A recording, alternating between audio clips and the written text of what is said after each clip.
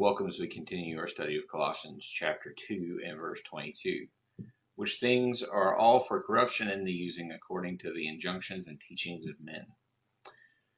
So I'm going to read a few different translations of this one, just so you can see. It's kind of all over the place. So ISV, all of these things will be destroyed through the use because they are based on human commands and teachings. ESV, referring to the things that all perish as they are used according to the human precepts and teaching. ASV, all things are to perish with the using after the precepts and doctrines of men. KJV, which all are to perish with the using, with an emoji smiley face or winky face, after the commandments and doctrines of men. So, what is this talking about? So, my translation is, which are all perish used up from the commandments and teachings of men. And we're going to look at the words, and I'll show you why I came to that. So, corruption or destruction, that is Thora. Sorry, that's too many consonants for me. But it really just means to perish, to be used, destroyed. It could be corrupt, but if we look at word study, if we look at the usage of the word, really to be destroyed is probably the primary meaning of the word, or it could lead to destruction. Then use is really where it gets interesting, and so that is apokrisis, and apokrisis, which is translated as abuse or misuse.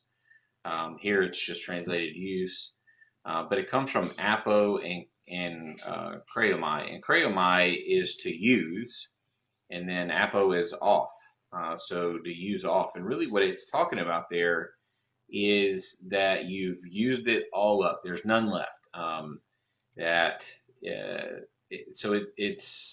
It's completely consumed.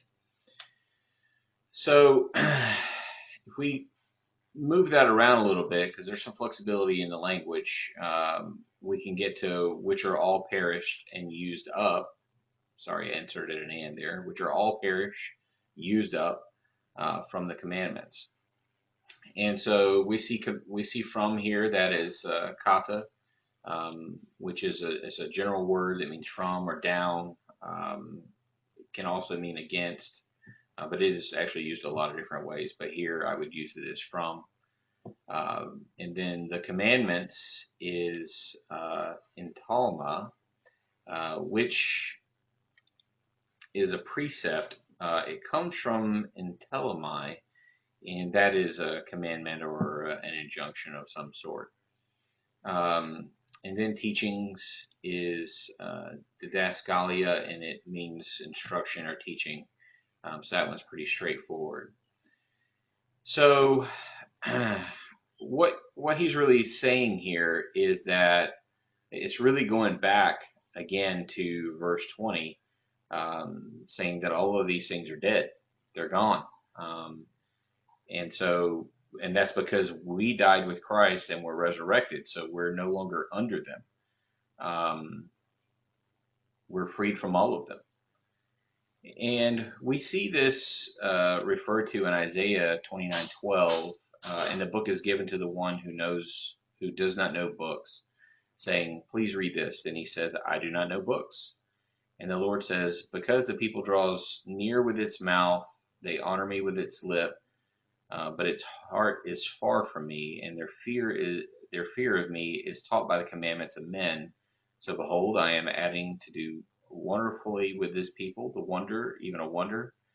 For the wisdom of the wise ones shall perish, and the wit of the witty ones shall be hidden. It also says the prudence shall be hidden. So basically, that all of these doctrines from men, that he's going to show them to be foolishness.